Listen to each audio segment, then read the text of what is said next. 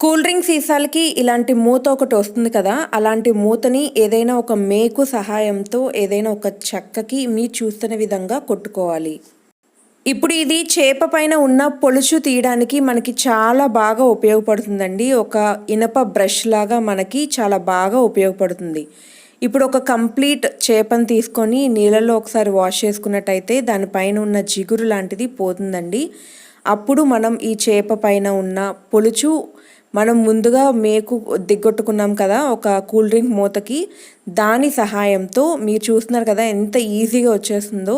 మనం ఎక్కువ ప్రెషర్ పెట్టాల్సిన అవసరం లేదు.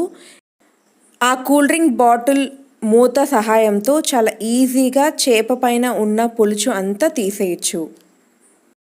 ఈ టెక్నిక్ నిజంగా చాలా బాగా ఉపయోగపడుతుందండి. మీకు అవసరమైతే ఖచ్చితంగా ఒక్కసారి ట్రై చేసి చూడండి. తర్వాత చేప పైన ఉన్న ఆ రెక్కలు ఉంటాయి కదా, ఆ రెక్కల్ని పదునుగా ఉన్న కత్తిపీటతో మనం ముందు రెక్కల్ని కోసేసుకోవాలి. తర్వాత మళ్ళీ ఒకసారి మనం చేత్తో పట్టుకుంటూ ఉండగా చేప జిగురుగా అయిపోతూ ఉంటుందండి.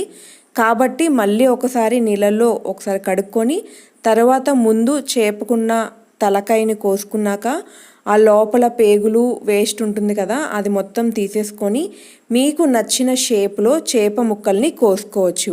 కొంతమంది పొట్ట కింద ముక్కల్ని ఇష్టపడతారు, కాబట్టి మా అమ్మమ్మ ముందు పొట్ట కింద ఉన్న ముక్కల్ని తీసేస్తుంది. తర్వాత పైన ఉన్న దాన్ని ముళ్ళు అంటే పైన భాగం ఫస్ట్ కోసుకొని తర్వాత కింద భాగానికి రావాలి. ఆ విధంగా కోసుకుంటేనే ఈ చేప ముక్క అనేది చాలా నీట్గా తెగుతుంది.